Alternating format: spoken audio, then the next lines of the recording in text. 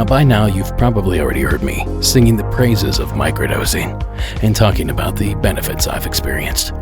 If not, just know that all sorts of people, myself included, are microdosing to help with insomnia, anxiety, pain, workout recovery, and so much more. Our show today is sponsored by Microdose Gummies. Microdose Gummies deliver the perfect entry-level dose of THC to help you feel great without getting high from just one microdose. It's like the sweet spot between CBD and THC that gives you the benefits of both. A greater sense of calm, a mood lift, and a good night's rest. Microdose Gummies are legal everywhere in the United States, and they're made with high-quality, organic ingredients, infused with real, Oregon-grown berries. They're a tasty treat that helps me wind down at the end of a long day. It's a win-win.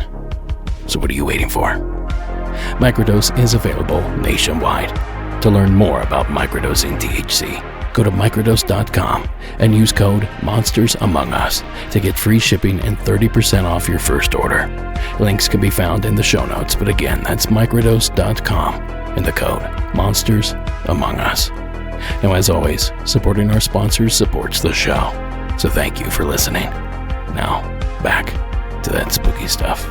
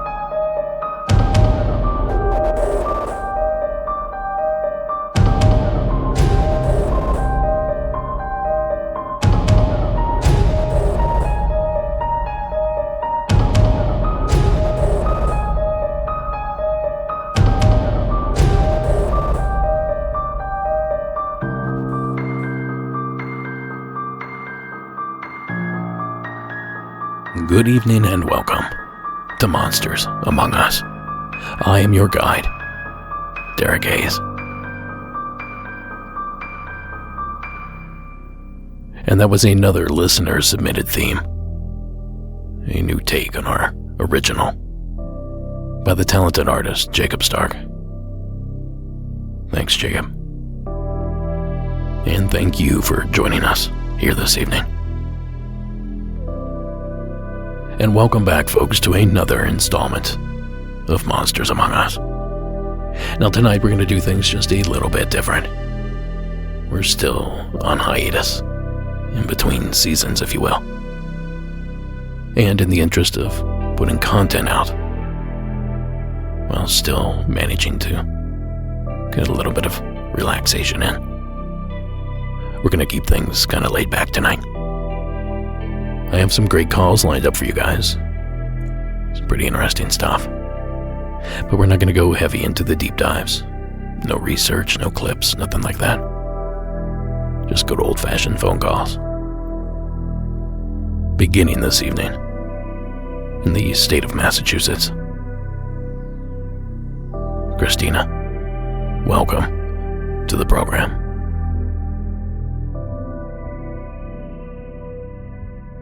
Hi, Derek. This is Christina calling. I'm from Massachusetts, from a little town that's southeast of Boston in the Bridgewater Triangle area. I had a lot of paranormal experiences happen in my home, I would say on and off, my entire life. I grew up in my grandmother's house, an old Victorian house from the 1800s. Since my grandmother bought it in the 60s, everybody had experiences, not just me, but I was trying to work up to a really scary thing that happened to me in 1999. Actually, it was 2000. I was 18. I had just turned 18. It was very frightening experience. I still to this day don't know what happened, why it happened, but activity was starting to act up in the summer of 2000. I have two younger sisters. that are about 7 or 8 years younger than me. So at the time, one was 11, one was 12, and I was 18. And the activity was just really starting to act up. I mean, there had always been things happening in the home, but this was like starting to really, go overboard. Things being thrown, from the wall, footsteps, sounds of someone running, name calling all the time, voices, like mocking voices. I would think it was my grandmother calling me, and it wouldn't be her. Things like of that nature. So what happened was, one night I was outside walking around, jogging up and down my driveway. It was only 7 o'clock at night. It just started getting dark. Actually, it was more like around 8 o'clock. It was in July. The weather was fine. No rain, nothing. It was beautiful out. We were babysitting my little cousin. She was 2 at the time. I had just put her down to bed, so she didn't have any naps. She was so tired. 5 minutes later, she's screaming, crying. So I go into the room, wondering how she could be up because she was up all day. I try to calm her down, and she just keeps sitting up and showing me her finger. I thought there was something wrong with her finger. I kept saying, what's wrong? And she kept bouncing back up and pointing her finger out. So I thought that she had like a cut on her finger, and I kept saying, there's nothing wrong with your finger. There's nothing wrong. And she just kept doing it and screaming with her finger pointed out. And then it dawned on me that she was pointing at something in the corner of the room, right near where the heater is. She was just pointing at it. And it was just, nothing there. And I said, there's nothing there. And I kept saying that, trying to calm her down, and she would not lay down. She just kept screaming, jumping up and pointing at the corner. And then all of a sudden, I can't explain it. It felt like a realization. I said, oh my God, it's them. And it was like something just, I don't know, I got so scared. And I got frightened to death, and it just felt like I was being assaulted. But, I didn't have any cuts on me or anything, so I grab her, try to get out of the bed. My jogging sneakers have me tangled in the sheets. So, I'm trying to get out. I'm running up the stairs. There's like a little, staircase going up to out of the room. It's about 4 steps. So I run up the stairs. I'm screaming because I'm so scared, and she's screaming. It just felt like an attack, like they were attacking us. So she runs ahead of me. And I'm screaming, and as I'm screaming, all of a sudden I look down, and my mouth is opened, outstretched. It's like I can almost see it, and I had this hot air blew through me, and I heard a demon howl come out of my mouth. And it wasn't my scream. I was screaming at the same time, and this thing, it was like a horror movie, like you would hear a demon going, rah. That's exactly what it did, and it was horrible. And it came out of my mouth with such force. It blew through me, and I fell flat on the ground. And I had a tan. I was so dark from the tan this summer. My blood was drained out of me. I was white as a sheet. My sister heard the howl. She came running. Oh, my God, what was that sound? My other sister was frightened to death. She ran out of the house thinking that I was possessed or something. And all I kept saying was, oh, my God, it came out of my mouth. It came out of my mouth. I didn't lose consciousness or nothing, but it went through me, and it screamed out of my mouth, and it was horrible. I couldn't believe it happened. I'm like, is this fake? Is this real? I was so upset because I'm like, what did they do that to me for? I still to this day, after that happened, I never really had that many attacks again. I was really scared the whole night. I was shaking. I felt sick to my stomach, and I was so pale, and I had to leave. I left the house for a couple of weeks to go stay with my dad. And when I came back, to this day, I live here right now. On and off, I live with my grandmother, but I'm staying here right now for a couple of years. Nothing ever happened again, really.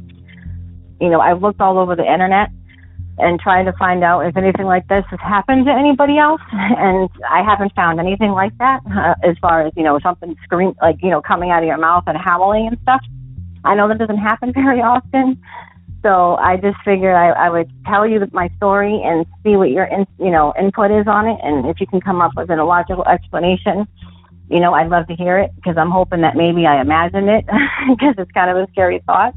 But I love your podcast. It's amazing. I've been binge listening to it, and I think it's great that you give people an outlet that they can call and, just get things off their chest, different paranormal things or even cryptids, because, it can be really, when it's happening, it can be awful. And I was so upset when it was happening. I didn't know if I was losing my mind. No one would listen to me. It's a horrible thing, and it's nice to have an outlet to just express yourself and, and just talk about what happened. And if somebody's going through that experience right now and they don't know what to do because you can't see it, and how are you going to fight it, just have hope. And the most thing I can say is it seems like the more scared you are, the worse things get. I think it's like they feed off your fear. So just try not to be scared and try to stand up to it. That would be my advice. But thank you so much, Derek. I love your podcast. But thank you so much. And bye. They feed off your fear. Thank you, Christina. Maybe that's why skeptics don't have experiences. If there's no fear, there's nothing to feed on. You might be onto something there, Christina. And as for the two voices at once, that ability is synonymous with two different groups of people. There are certain Tibetan monks out there that can hum several notes at once, creating a chord, if you will. And the other group, those said to be possessed by demons or the devil, some evil force. But we'll save those deep dives for another day. Thanks again, Christina, for sharing the entry. Now, folks, if you do have a story, a true story that you'd like to share, simply call our hotline at 1-888-608-NIGHT. That's 1-888-608-NIGHT. Now, next up, we venture to the peaks and valleys of the state of Colorado. Ethan, welcome to the program.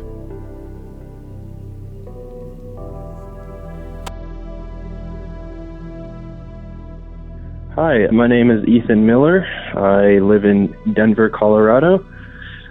Me and my brother went on a backpacking trip. When was that? August 2nd and August 3rd of 2022, so towards the end of summer break. We decided to go, just the two of us, up to a place called the Flat Tops Wilderness area near Meeker in Colorado. It's a pretty remote area, very mountainous, of course, and, well, not a lot of people around.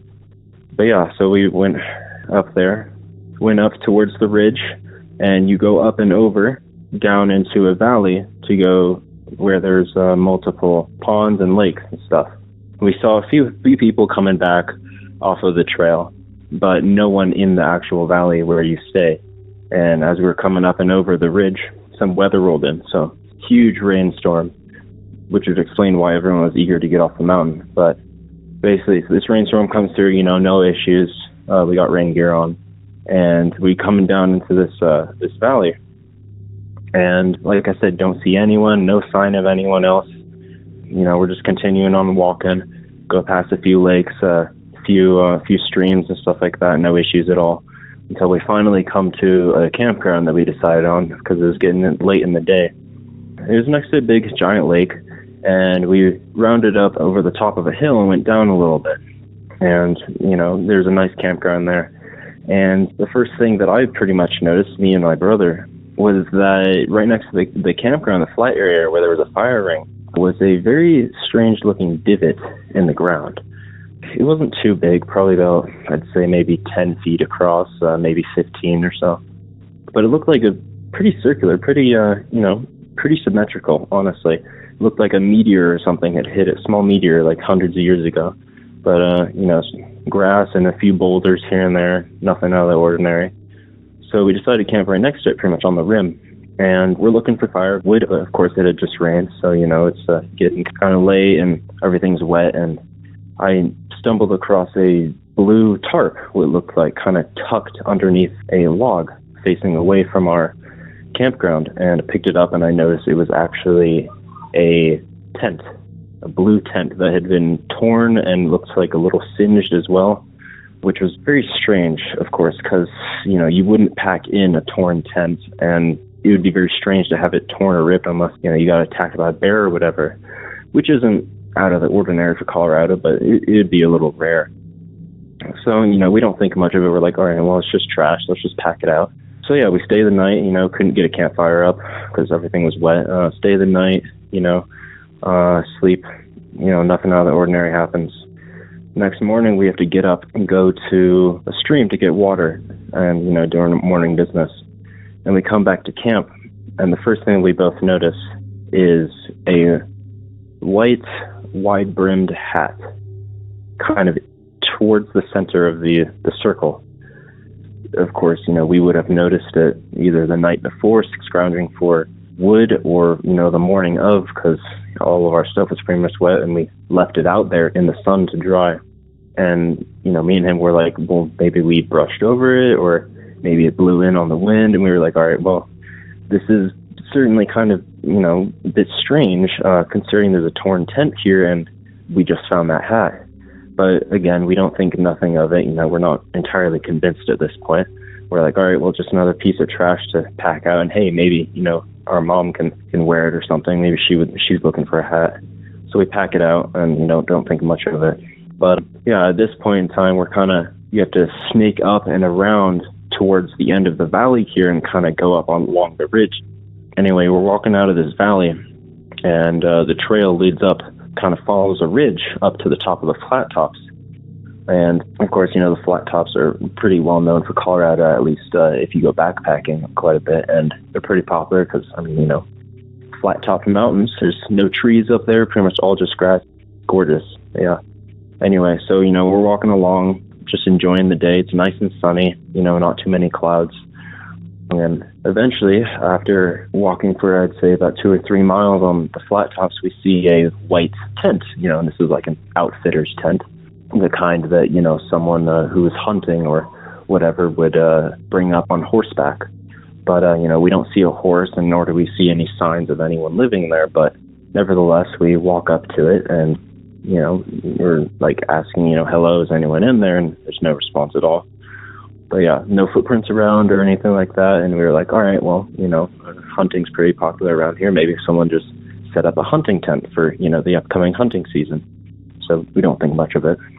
But yeah, anyway, we continue a little bit, follow the trail, what little trail there is, until eventually find a nice camp spot in a little tiny thicket of trees on the edge of the cliff here. And, these trees are small. They're probably not much taller than, I'd say, like maybe 5 or 6 feet.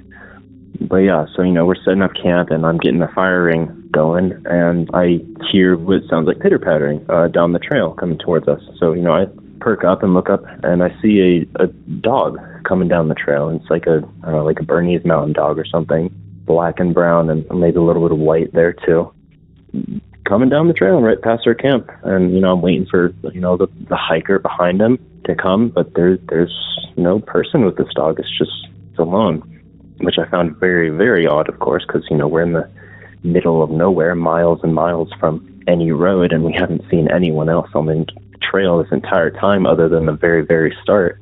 So I'm like, okay, well, maybe this dog is lost. So I call out to it, see if it can join us, so that when we get back to the truck, we could, I don't know, maybe take it to, the authorities and see if someone lost their dog. And this dog, is just continuing on. It glances back at me. My brother sees it too.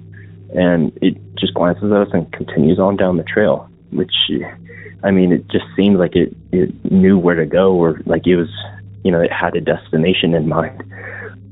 But yeah, anyway, so it disappears down the trail a little bit, and just past our camp is a little thicket of trees, and, these trees are also kind of the same height, 5-6 feet, and I'm waiting for it to come out on the other side. 30 minutes go by, an hour goes by, and I don't see it emerge on the other side. And, you can see the trail going up the mountain on the other side of this thicket of trees, and I don't see the dog come out on the other side. And I'm like, well, it must still be in the trees. It's just going to spend the night down there.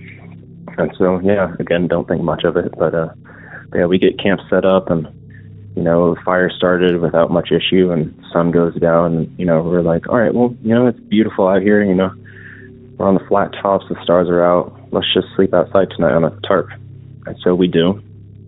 And my brother gets up to go to the bathroom. It's pitch black. You cannot see a tree, even if it was, 3 feet ahead of you. There's no moon in the sky at all. It's just starlight, and that's it. There's no lights in the distance either. We are the only people, within miles and miles. And my brother immediately comes sprinting back to me.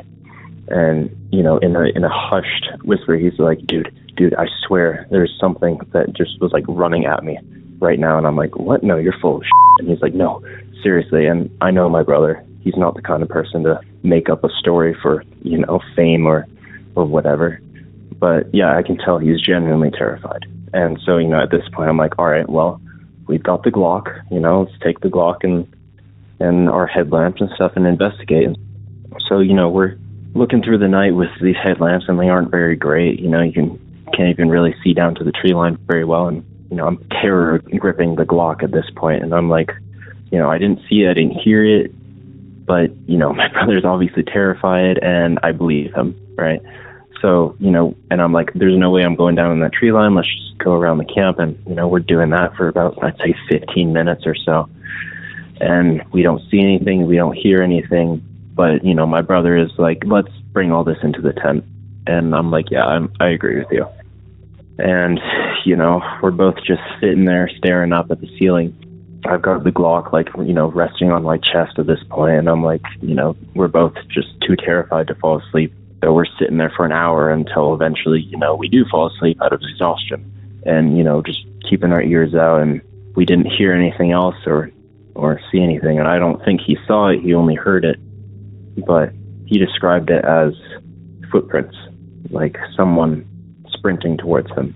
And I was like, did it sound like a gallop, like a deer? And, we've heard deer before and elk and stuff. We've gone hunting a number of times. And he's like, no, it sounded like a person, or at the very least something on two legs. And I'm like, okay, well, we both know, we've heard stories of skinwalkers and wendigos and stuff like that. And we never really believed in it. But at this point, we're completely alone and it's pitch black. And we're like, well, I hope that we really survive this night. And, we do. The sun comes up the next morning, nothing else happened.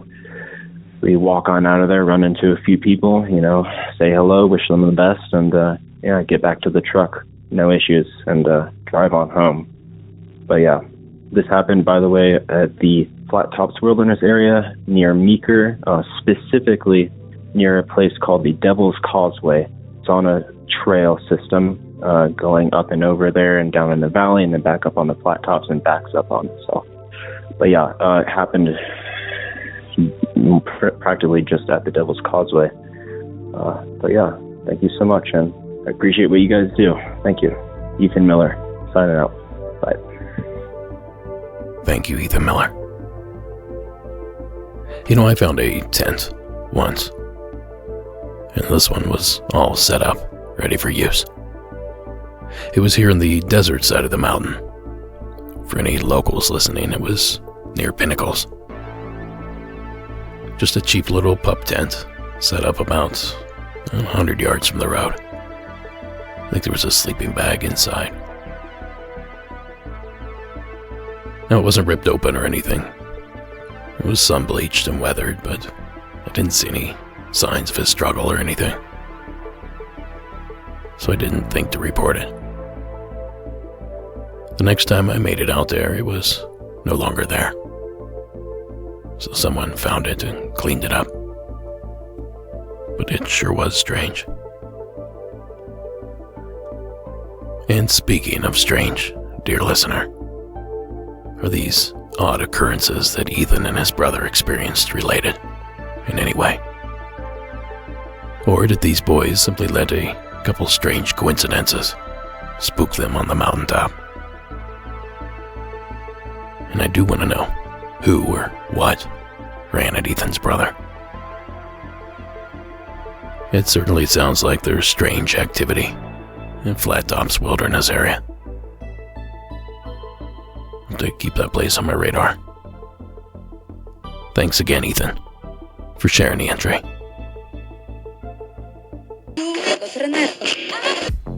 This episode is sponsored by BetterHelp. Do your thoughts ever start racing before bed or at other inconvenient times? One way to deal with something like that is to talk it out. Therapy can give you a place to do that so you can get out of your negative space and find some mental and emotional peace. Now, therapy has helped me stop overthinking and dwelling on things that are out of my control, so I can now get more restful sleep. If you're thinking of starting therapy, give BetterHelp a try. It's entirely online, which makes it convenient, flexible, and affordable. And if for some reason you aren't vibing with the therapist that you're matched with, you can switch therapists at any time for no additional charge. Get a break from your thoughts with BetterHelp. Visit betterhelp.com/Monsters Among Us today to get 10% off your first month. That's BetterHelp, HELP.com/Monsters Among Us. Now, as always, supporting our sponsors supports the show. So thank you for listening. Back to the spooky stuff. Now, folks, this next one comes to us anonymously from the state of Ohio.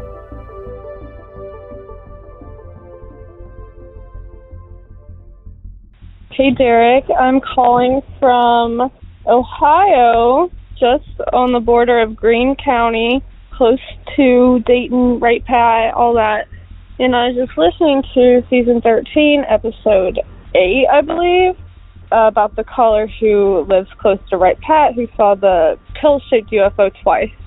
So I just wanted to drop in and say my mother works in downtown Dayton, and a couple months ago, back in probably September, October, she was on her way into work, and it was morning, clear day.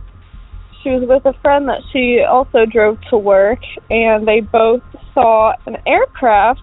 They said it was pencil-shaped, vertical, just hovering over the city. They were coming in from south on 75, kind of going through Moraine, and saw a big chrome silver pencil just in the sky, pencil-shaped craft just floating around, and as soon as they both acknowledged it and said something to each other, it just kind of vanished off into the horizon just in the snap of a finger.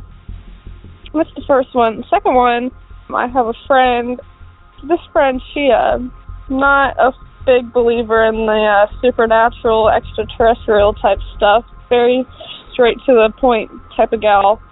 But she was driving into Dayton on 35 from southwest, and it was, I think, the end of summer 2018, and she was driving on the highway she went to community college at the time, so she was driving into the city. It was probably about 9 a.m., again, clear, sunny day, and she saw just your classic flying saucer just hovering over the city, and there was plenty of other people out on the highway. She said nobody else seemed to react to it, and she went to get her phone out for a picture, and by the time she looked back, it was completely gone. So, yep, those are my stories. I love the show. I especially love hearing calls that are so close to home, like the one that I'm referring to. So, keep up the good work, and I hope you can use this.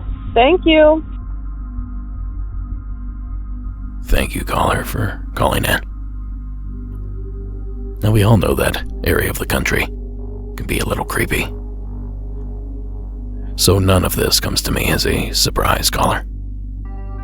But I do thank you for furthering the lore.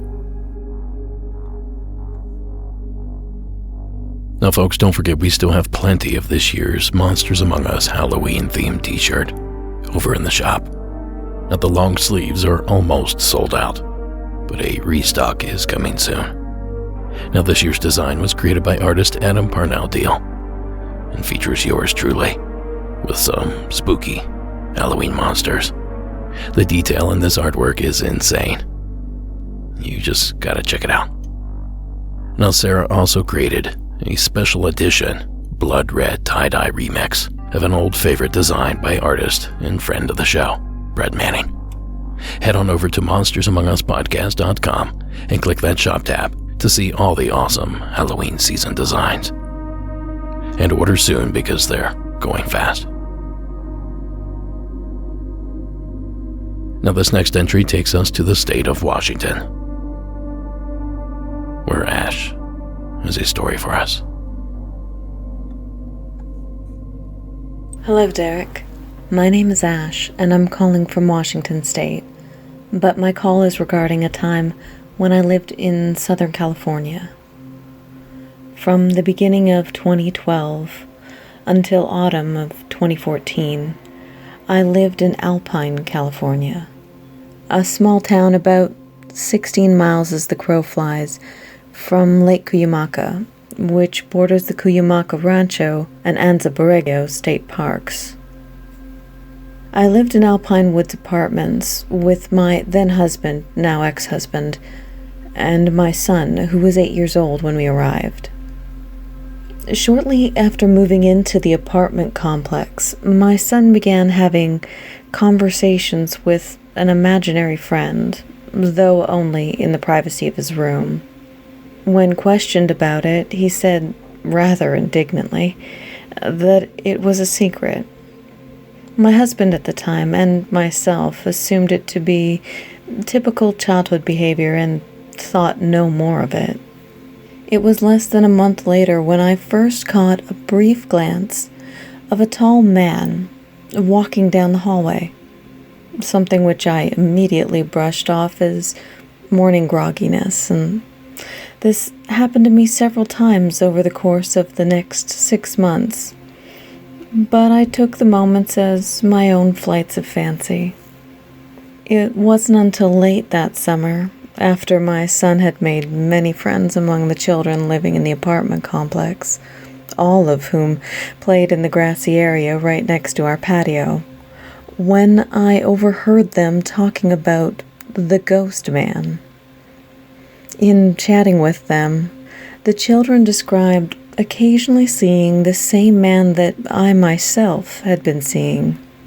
He was a tall man, perhaps 6 foot in height, wearing a long, tan-colored duster, split up the center in the back, a detail that caught my eye most, as it tended to swirl when he walked. He wore dark pants and tall dark boots, and a black cowboy hat.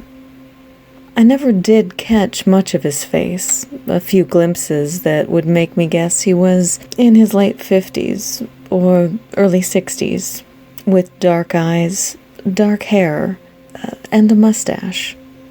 He was always walking away, always east, and always with a perceived sense of rushed determination. Knowing that the children had seen the same man gave some validity to what I had been seeing and allowed me to accept it as a part of living there. It was more than a year later when my husband at the time first saw him. He had just pulled into his parking space from work, and I could see him through the kitchen window. I watched him get out of the driver's side and quickly look up at the living room window. He slammed the car door, rushed into the house, and with the door flung open, he turned to look at me and asked, "Who is the man in the trench coat that just walked out of the living room?" I got the impression that he thought I had a man visiting me. To him, I calmly replied, "He is our ghost." In our 2 years living in that apartment, only one other significantly strange event occurred aside from the occasional sightings of the man in the duster. One lazy summer Sunday, while lying in bed awake after sleeping in late, with the sun shining through the blinds, my now ex-husband and myself heard the crack of glass. I got up to check the window, assuming one of the neighborhood children had thrown a ball and broken the glass. But the window was fine. My ex got up, and we, both standing by the bed, started looking around the room until the glass breaking sound came again. It drew both our eyes to an empty drinking glass on one of the nightstands. 2 large cracks zigzagged up the glass. Mere moments after realizing the sound had come from the glass, cracks began to spread and branch like lightning over the surface of the drinking glass, with an audible glass cracking noise. This continued for about 10 seconds, until the glass quite literally fell into pieces. Now, it was common for both of us to have a glass of water on our nightstands. Never before nor afterwards had we had a glass break in such a way. As such, I have no explanation for how and why it broke. In October of 2014, myself, my then husband, and my son moved from Alpine Woods Apartments to a house we bought on North Peak at Lake Cuyamaca, California, a small residential patch nestled between the Cuyamaca Rancho State Park and the Anza Borrego Desert State Park. We noticed directly that doors in the home would open and then immediately close again. This would not have sparked any notice if it had only been swinging doors, as air movement from open windows can easily open or close interior doors. The doors moving in the house, though, included not only bedroom doors, but also cupboards and the sliding screen doors. For doors of these types, my ready explanation falls short. It was almost always the sound of the doors that myself or my family noticed. The sound of opening and closing doors was very apparent in a quiet home with quiet surroundings. Sometimes I would rush to see the door move, but almost always missed any sight of it. One notable occasion, though, on a late spring afternoon in 2015, while standing on the balcony connected the bedroom and the living room sliding doors. While speaking with my then husband, I was facing the patio door to the bedroom. The glass door was open, and only the screen door portion was closed, as was typical to let the fresh air in. The screen door slid open about 1.5 feet. We both stopped speaking, and I could see my ex's eyes slide to the side as I was watching the door. He did not turn his head, and I did not move. The door slid closed again. We held still a few moments and then continued our conversation. We had decided early on not to make a fuss nor discuss it while at home. Whatever it might be, it hadn't caused us any trouble, so we didn't want to say anything to disturb it. Now, at this point in the explanation, one would probably think that we had moved from a haunted apartment to a haunted home. There is one more point, though, which does not seem to correspond with typical ghost stories that I've heard. It ate. Food would disappear from, well, not from the fridge or cupboards, only food left on counters or tables. If I weren't often alone in the house, with my husband at the time being in the military and my son at school or often visiting friends' homes, I'd have readily chalked the food's disappearance to the hungry mouths of the household. One occurrence stands out in my memory. I was at home alone in the summer of 2015. It was morning, and I was making a sandwich with the sun pouring through all the windows into the kitchen. As I finished making the sandwich and placed it on a plate, intending to take it up to the mezzanine to eat, I heard the bedroom door open. I rushed to the door and just caught the sight of it shutting, while at the same time hearing the sliding door in the bedroom open. I walked into the bedroom as the bedroom patio door shut, but there was no one in sight. I walked out onto the patio, looked around, walked over to the living room patio door. There was no one on the patio or in the yard, nor had anyone circled back into the open living room and kitchen. I walked through the living room patio door to the kitchen. That full circuit had taken maybe 2 to 3 minutes. But my sandwich was gone, and the plate held only a few crumbs. After that, I made a point of leaving out a few snacks rather regularly, when at home alone or before going out for my daily hikes. I have never heard of a ghost that seems to have a marked preference for finger sandwiches and crackers. Thank you, Ash. The other night, Sarah and I were scrolling the television. We were on Hulu or something. And we came across this documentary, or maybe it's a true crime series, called Frogging, Hider in My House. Now, it's not spelled the way you would think it's spelled. It's spelled Phrogging. Kind of like fat with a PH. Frogging with a PH. Anyway, the term caught both of our attention, so we read the description.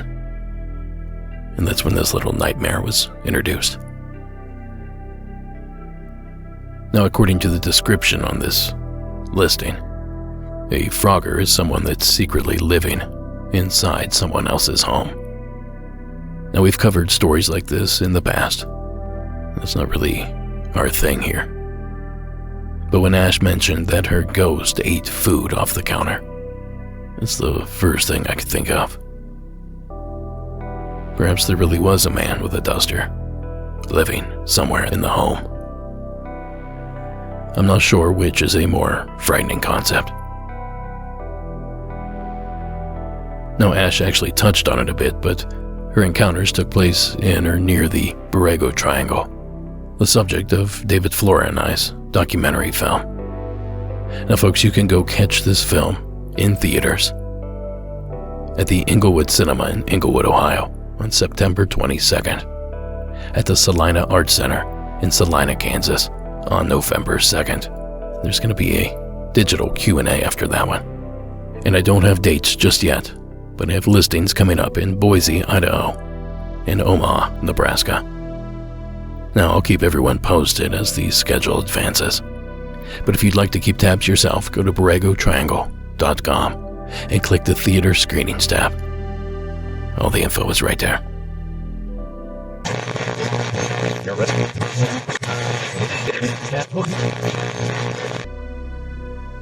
Now up next, we hear from Wes, down in Arkansas. Hey Derek, what's going on, man? I was listening to, my name's Wes from Arkansas. I was listening to the show last night, and there was a story that I heard. I'm kind of jumping around, so I'm not sure which episode it was, but it was a woman reporting what seemed to be a Bigfoot sort of story from, like, north of the Arctic Circle, where she lived with her husband, and she had talked about, like, the lumber field he was clearing, and he heard the whistles, and it scared him so bad, and his dog, and all that stuff. So I have a similar story. This story takes place in Tallahena, Oklahoma. And in 2014, I was going to the rehab center there, which I'm Choctaw Indian, and I got that service for free because they're really cool with their people. And I was playing chess with the guy one night. First of all, the building itself is constructed over what used to be the old tuberculosis hospital in Tallahena, Oklahoma, and part of the structures are still standing, and they're just incredible looking. But I was playing chess with this guy, and coincidentally enough, my cousin was there. And I don't smoke cigarettes. Everyone else was smoking cigarettes, and I was playing chess. He came inside. He was like, "Hey, man, you got to come out here and check out this whistling." So I was like, "Okay." And it was close to lights out, whatever, when they lock all the doors, and, you know, you have to go to bed, basically. So I walk out there, and they were like, "Whistle." And the tree line is, I want to say, like 25 yards off or something like that. So I whistle out, and it sounded like, when I did it, I tried to make it loud, like that. And what I got back from beyond the tree line, and it sounded like robust. It didn't sound weak, it didn't sound thin, it sounded really like, kind of like a thick sound, right? And so what I heard from the tree line, it was like that. And then I repeated it again, and I got the same result twice. And then by this time, there was like 3 people out there before. There was only one left. And then I was approaching the tree line and doing it again. And I go, and then like on the other side of the building, around the corner that I couldn't see from where I was at, to the left, I heard this huge metallic crash. Now there's a gazebo over there with these like big heavy metal tables. It's like thick mesh metal, you know, and the chairs to go with it. And I'm sure that those chairs weighed probably 30 pounds at least a piece. And it was just this huge noise. It's metal on metal just crashing. The other guy, he's gone by now, and I go around the corner to see what might have done that, and I don't see anything. Of course, it takes me a while to get around the corner, but I do see the chair about 7 feet away from the table, and at that point, it was almost lights out time, so I stayed until the worker guy came and said, all right, you know, come on in, we're going to lock the doors. Like, you know, it's lights out time or whatever. But I was waiting to see if they were messing with me, and I don't believe that they were. I think that was just something weird, something I can't explain. My dad, he's from rural Oklahoma, and he's actually a Bigfoot guy, but he suggested that they might have been birds, but it was like the same matching tone every time. I don't know, do with that what you will, but I thought you might find it interesting. I really enjoy the podcast, man. It's really been a good medium for me lately, so I appreciate it, bud. Thank you, Wes. Now, if there's anything we've learned on this show over the past 7 or 8 years, it's that the state of Oklahoma is surprisingly home to creatures that reportedly look, act, and sound like the other creatures reported throughout the country. Upright, hairy humanoids that some people refer to as Bigfoot. Well, thanks again, Wes, for sharing that entry. It's always great to hear a story out of Oklahoma. And let's keep this party rolling. We'll head on up to Canada, where Bry is waiting with an entry. Hi, Derek. This is Bry calling from Ontario, Canada again. I was just calling to talk about a ghost sighting that I had in my hometown. This was about 18 years ago. I believe I was 14. I was living in a little town called Belleville, Ontario. Actually, it's more of a city. But this was, I think it was a summer night. It was late at night. It was me, my sister, and a friend of my sister went to a little band get-together at a community hall. We were leaving, I think, around 10 o'clock at night. We were walking up, I believe it was a street named Catherine Street, when I seen at first I thought it was just like a cloud of smoke, but then I realized that it had the shape of a human. So when I looked up at it, I noticed that it was walking towards us. And then as it got to us, it didn't stop. It just kept walking, and he walked right through my sister's friend. And I look at them like, do you not see that? Like, did you not just see that? And they're looking at me like I'm crazy. And I'm just sitting there, it's like, we see nothing. I told him, it's like, I swear, I've just seen a ghost walk right through you. There's nothing here. There's no one here. Pretty much just chalked it off as I'm just seeing things. But over the next few years following that incident, I've noticed that the ghostly figure started to become more of the actual shape of a human rather than like a cloudy, misty-looking figure. Each time I saw him, he had more and more detail to his figure, though I never could see his face. He's always wearing a baggy hoodie and with a baseball cap on his head with a hood over top. His face is always looking down, so I never got to see his face. I don't know if anybody else has seen him too. He never seemed to want to hurt me. He just seemed to want to I guess, stand by and watch. But I never got a sense of aggression or anything to indicate that he wanted to harm me. He just stood by and just watched over me. So after a few times seeing him, I started to feel comfort in it. I still, to this day, have no idea as to who this figure was or if something traumatic happened in that area that it just has like a lingering spirit. I don't know if anybody else has seen it or has anything quite similar, but I would love to hear anybody else's experiences as well. Love the show and still binge listening. And I gotta say, I'm addicted. Have a good night. Thank you, Bri. You know, I hear this argument all the time. Why do ghosts always appear in 19th century garb? Victorian era. Something like that. It's never something contemporary. A spirit in blue jeans and sneakers. Well, thanks to Bri, that's no longer the case. Because in my mind, a hoodie and baseball cap, that's current enough. Thank you, Bri, for dispelling a myth.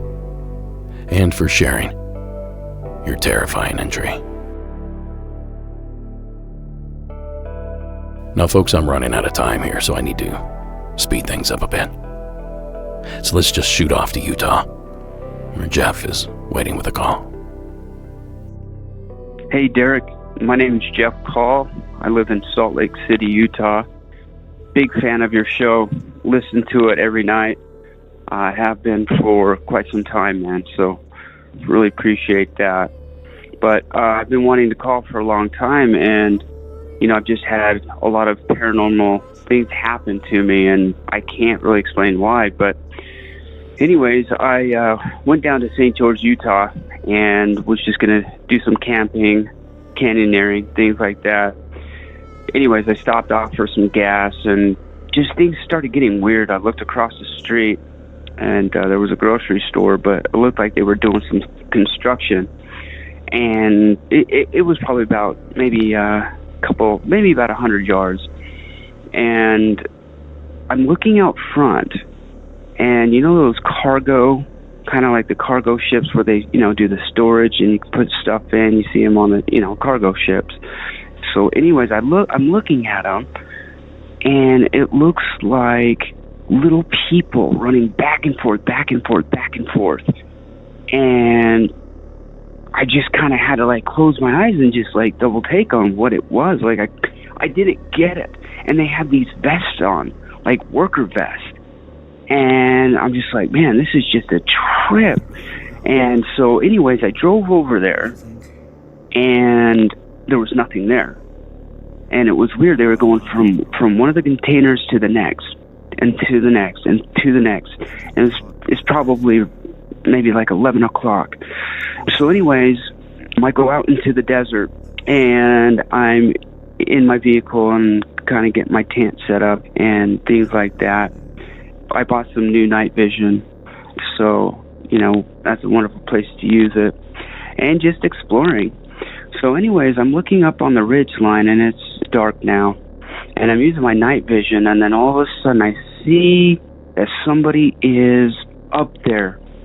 And keep in mind, it's mostly desert, but there's some, you know, some slot canyons that you can go in, but it looked like this guy or something was up there, and it was just this little lantern, you know, just this little light, but it looked like it was going up and down, up and down. And then I'm like, that's weird. It must be just somebody camping up there. And I had some binoculars too, and tried to, you know, it was far away.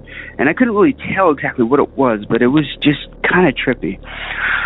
So anyways, about 45 minutes to an hour later, I see two headlights coming down the ridge. And at this point, it's kind of raining a little bit. and it's coming down. It's kind of like winding down, and then all of a sudden it gets kind of closer to me at the bottom, and then it just stops, and then the lights go off. Well, at this point it's close enough to where I can see it, and everything's green in this night vision, so I'm looking at it, and it's kind of like a 1970s, like an old RV. The guy gets out of it, and there's bikes on top, and this guy is scrambling to figure stuff out. There's kind of like a little berm, a little dirt berm, and he's running behind it. He's running behind his RV. He's opening up the door. He's running over to the berm, and it looks like everything is in fast forward. And then he goes back into the RV, gets back out, grabs a shovel, and starts digging. And then all of a sudden he disappears. And I'm like, holy smokes. It was so weird that I called my dad. I'm like, Dad, you got to check this out. So anyways, I started doing a video of the guy, or I think that's what he was. I don't know. Just so bizarre. Anyways, he pops back out, and I've never seen anything quite like this.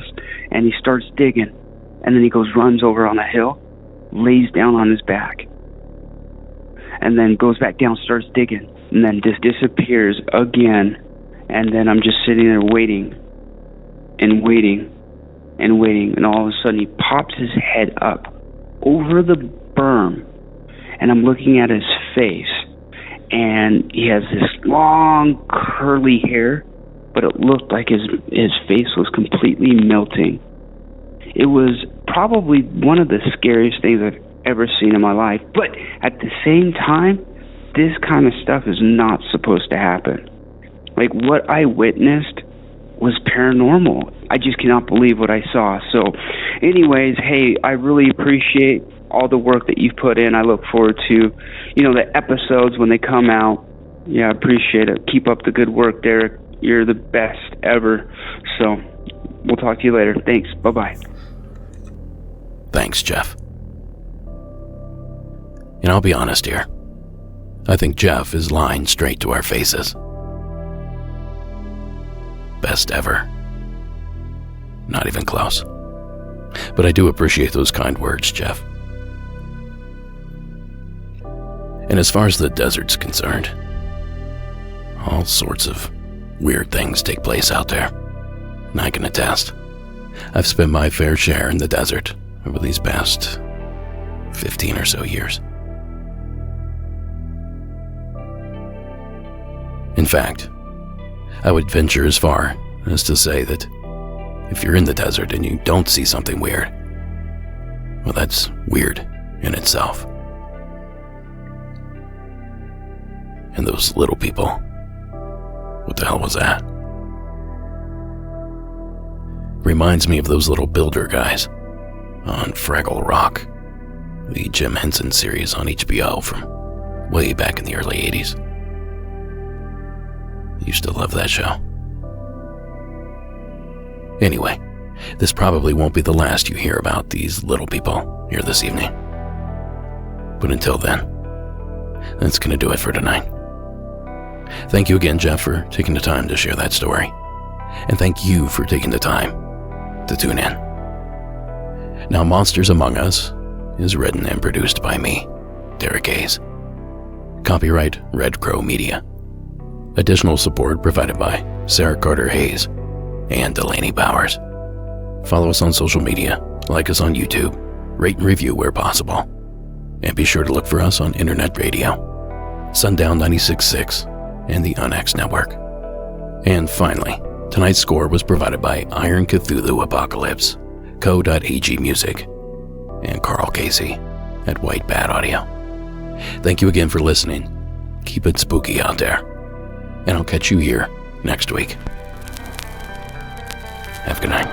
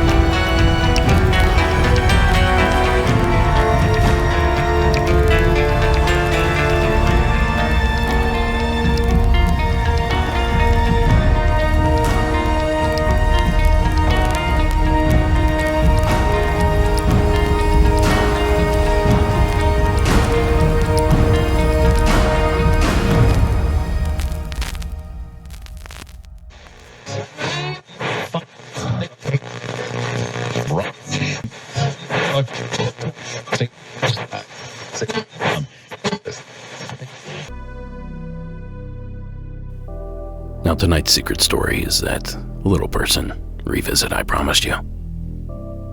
So please join me in welcoming our anonymous submitter from the state of Mississippi. Oh, hey, Derek. I won't stay anonymous for this, but I live over in Lauderdale County, Mississippi. I was just on my route, and it's like 12:30, and I was pulling out of the house that I was at. I thought it was like one of them garden gnome things sitting there in front of the house, and then I was backing up, I kind of paying attention, looking around, and I cut my eyes back around, and I see the thing run.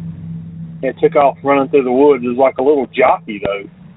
I'm not really sure what it was. I don't remember seeing. I go to this house once a week doing a route. Not really sure what it was. It's just weird. I don't know. Thank you, caller. Well, I don't know a lot about these little people stories, but what I do know is that a majority of them seem to be focused here on the West Coast. At least in my experience, it's not all that common that you hear of one east of the Mississippi. So that makes this entry pretty exciting, caller. So thanks for sending it in. Now, folks, don't forget you can get bonus content, probably about 100 hours worth now, for only $5 a month by joining our Patreon campaign. Just visit patreon.com, then search for Monsters Among Us Podcast. The $1 level will get you ad-free episodes. The $5 level unlocks a world of bonus material. Again, that's patreon.com and search for Monsters Among Us Podcast.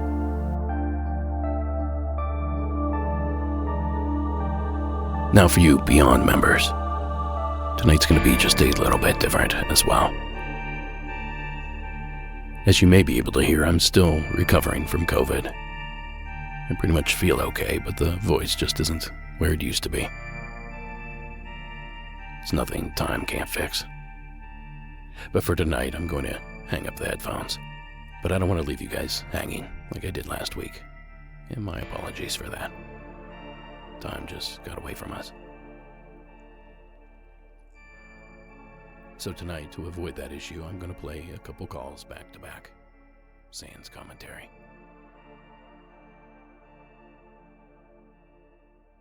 Sort of like a paranormal answering machine. You'll see what I mean. Anyway, thank you for tuning in. Thank you so much.